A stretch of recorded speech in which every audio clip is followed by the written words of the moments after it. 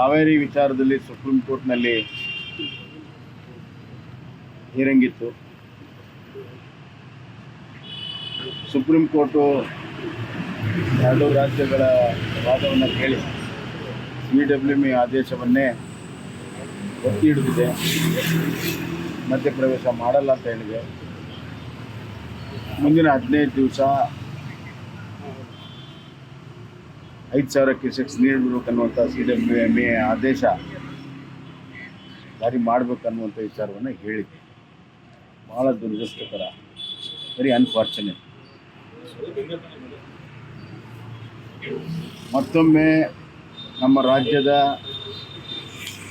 ಕಾನೂನು ತಂಡ supreme court ಮುಂದೆ ಕರ್ನಾಟಕದ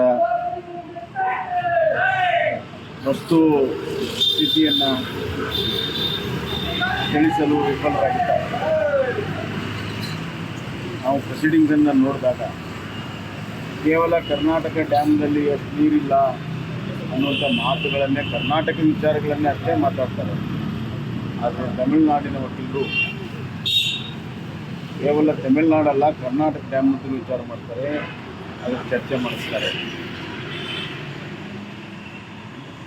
ನಾನು ಮೊದಲಿಂದಲೂ ಹೇಳ್ತಾ ಇದ್ದೀನಿ, ಕರ್ನಾಟಕ ಮೊದಲನೇ CWME ಆದೇಶ ಬಂದಾಗ ಸುಪ್ರೀಂ ಕೋರ್ಟ್ಗೆ ಅಪ್ರೋಚ್ ಆಗ್ತದೆ. ಇವತ್ತುವರೆಗೂ ಇವರು ಒಂದು ಆಯೆ ಹಾಕಿಲ್ಲ ಸುಪ್ರೀಂ ಕೋರ್ಟ್ಗೆ. ರಾಜ್ಯ ಸರ್ಕಾರ ಇದನ್ನು ಗಮನಿಸಬೇಕಾಗಿರುವಂಥ ವಿಚಾರ. ಮೊದಲನೇ CWME ಆದೇಶ ಬಂದಾಗ ಒಂದು ಆಯೆ ಹಾಕಿ ಇಷ್ಟನ್ನು ನೀರನ್ನು ನಾವು ಬಿಡೋಕ್ಕಾಗಲ್ಲ ಅನ್ನುವಂಥದ್ದನ್ನು ಪ್ರತಿರೋಧ ಮಾಡಿದರೆ ಇವತ್ತು ಈ ದುಸ್ಥಿತಿ ಬರ್ತಾ ಇರಲಿಲ್ಲ. ಈಗ 2 ಆದೇಶ ಪಾಲನೆ ಮಾಡಿ ನೀರು ಬಿಟ್ಟರು, ನೀರು ಹೋಯ್ತು. ಒಂದು ಸತಿ 14 TMC, ಇನ್ನೊಂದು ಸತಿ 7 TMC ನೀರು ಹೋಗಿದೆ. ಈಗ ಮತ್ತೆ 3ನೇ ಬಾರಿಗೆ ಅಫಿಡೇಟ್ ಹಾಕೊಂಡು ಕೂತು. ಅವತ್ತೇ ಅಯ್ಯೇ ಹೋಗಿದ್ರೆ ಈ ಪರಿಸ್ಥಿತಿ ಬರ್ತಿರ್ಲಿಲ್ಲ. ಇದು ನಾವು ಪದೇ ಪದೇ ಹೇಳಿದ್ರು ಕೂಡ ಅದನ್ನು ಗಂಭೀರವಾಗಿ ತೆಗೆದುಕೊಂಡಿಲ್ಲ. ಎರಡನೇದಾಗಿ ಇವತ್ತು ಸುಪ್ರೀಂ ಕೋರ್ಟು ಸಂಪೂರ್ಣವಾಗಿ CWME ಮೇಲೆ ನಿರ್ಭರಾಗಿದೆ. ಒಂದು ಮಾತನ್ನು ನಾನು ಹೇಳಕ್ಕೆ ಇಷ್ಟಪಡ್ತೇನೆ, CWRC ಮತ್ತು CWME ಈ ಒಂದು ವಿಚಾರಣೆಯಲ್ಲಿ ಅವರು ಏನು ವಿಧಾನವನ್ನು ಅನುಸರಿಸಿದ್ದಾರೆ, ಅಪ್ರೋಚ್, ಅದು ಕೂಡ ಸರಿ ಇಲ್ಲ ಅಂತ ನಾನು ಹೇಳಕ್ಕೆ ಇಷ್ಟಪಡ್ತೀನಿ.